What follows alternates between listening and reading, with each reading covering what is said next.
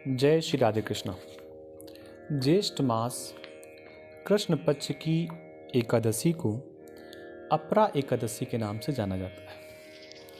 ये भी बड़ी श्रेष्ठ एकादशी होती है और इस एकादशी का फल भी अमोघ होता है।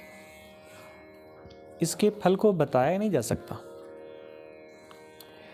जैसा कि मैंने पहले बताया कि युधिष्ठिर जी और भगवान कृष्ण के बीच का संवाद है और भगवान कृष्ण एकादशी के महत्व को बता रहे हैं। तो हम लोग भगवान कृष्ण के द्वारा जो युधिष्ठिर जी को एकादशी का महत्व बताया गया उसको श्रवण करते हैं।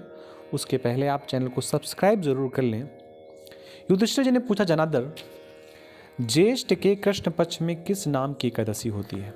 मैं उसका महत्व सुनना चाहता हूँ, उसे बताने कृपा कीजिए। भगवान कृष्ण बोले, राजन, तुमने संपूर्ण लोगों के हित के लिए बहुत उत्तम बात पूछी है। राजेंद्र, इस एकादशी का नाम अपरा है। ये बहुत पुण्य प्रदान करने वाली है और बड़े बड़े पातकों का नाश करने वाली है। ब्रह्म हत्या से दबा हुआ, गोत्र की हत्या करने वाला, गर्भस्थ बालक को मारने वाला, पर निंदक तथा पर स्त्री लंपट पुरुष भी अपरा एकादशी के सेवन से निश्चित ही पाप रहित हो जाता है।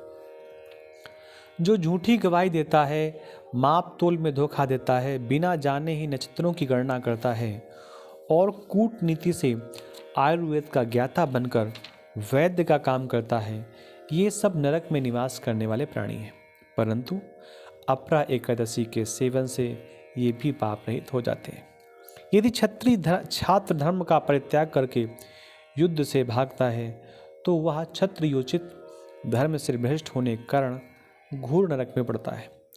जो शिष्य विद्या प्राप्त करके स्वयं ही गुरु की निंदा करता है वो भी महापातकों से युक्त होकर भयंकर नरक में गिरता है। किंतु अपरा एकादशी के सेवन से ऐसे मनुष्य भी सद्गति को प्राप्त हो जाते हैं।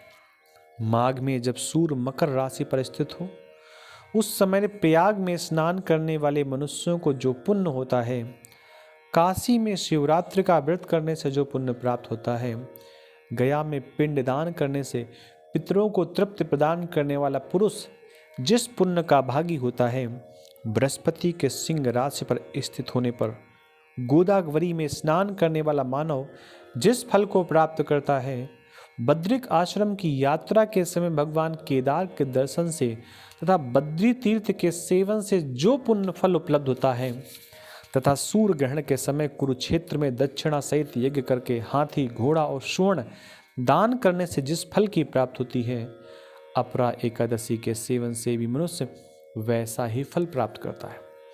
अपरा को उपवास करके भगवान वामन की पूजन करके मनुष्य सब पापों से मुक्त हो जाता है और श्री विष्णु लोक में प्रतिष्ठित होता है।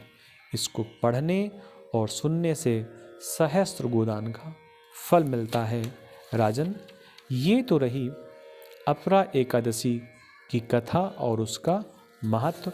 तो युधिष्ठिर से भगवान कहते हैं कि आप भी इस अपरा एकादशी व्रत को करें, जिससे कि आपके जीवन के भी सब प्रकार के शोक, ताप, संताप आदि व्याधि सब ये नष्ट हो जाएं और आपका मन पूर्णतया हमारे चरणों पर प्रेरित हो जाए।